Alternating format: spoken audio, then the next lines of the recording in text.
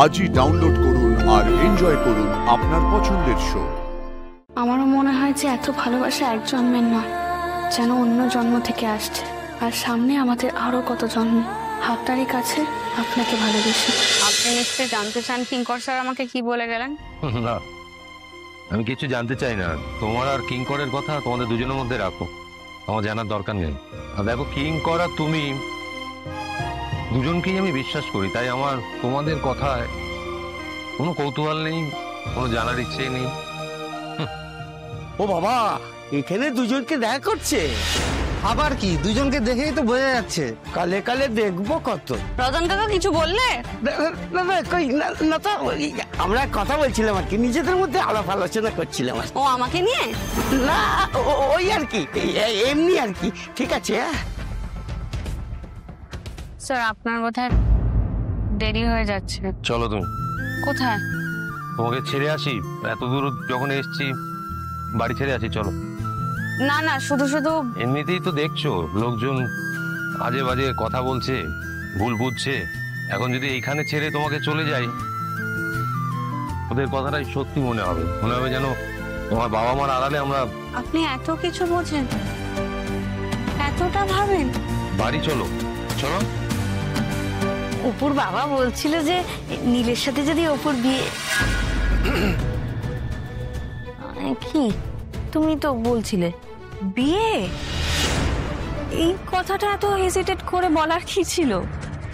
তাহলে আপনাকে বলি ম্যাডাম, আমি না নীলকে বলেছি যে আমি ওর বাড়ির লোকজনের সাথে একটু কথা বলতে চাই। সরি, বেচারা নীল কে কথা বলবে বলুন তো? ওর তো মা বাবা ছোটবেলাতেই মারা গেছেন। ওর একমাত্র বড় গার্জেন বলতে পারেন আর্যকে। কথা বললে আর্যর সাথেই কথা বলতে পারেন।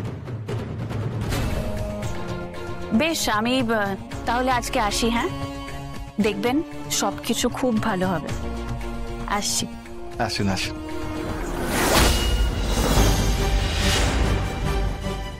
স্যার, আমি ওখানে হ্যাম্পারটা রাখা আছে, ওইটা দিতে এসেছিলাম। আমি এখন আসি। হ্যাঁ, আমার অনেক কাজ পেন্ডিং পড়ে আছে। আচ্ছা ম্যাডাম, আবার আসবেন। হ্যাঁ। আপনি এখন আমাদের বাড়িতে স্যার? আসলে উনি আমাকে ছাড়তে এসেছিলেন, তাই তোমাদের সাথে দেখা করতে হলো। স্যার আসুন, আপনি তো একটু বসবেন, আমি চা বসাই। না না, আমি অন্য কোনো দিন আসবো। আমি জাস্ট ওকে ছাড়তে এসেছিলাম। আমি আসি আজকে। তোর কথাটাই ঠিক, জানিস তো, কাজ অদল বদল করে দেখলাম যে দুজনের কাজটাই কঠিন। তুমি শুধু শুধু ঝগড়া করতে আমার সাথে। হ্যাঁ, দেখ কি বলছে।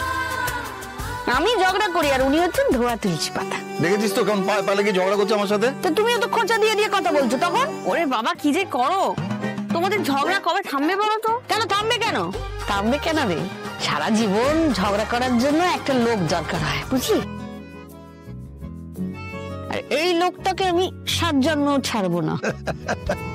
আমারও মনে হয় যে এত ভালোবাসা এক জন্মের নয়, যেন অন্য জন্ম থেকে আসছে। আর সামনে আমাদের আরো কত জন্ম। হাতটারই কাছে আপনাকে ভালোবেসে।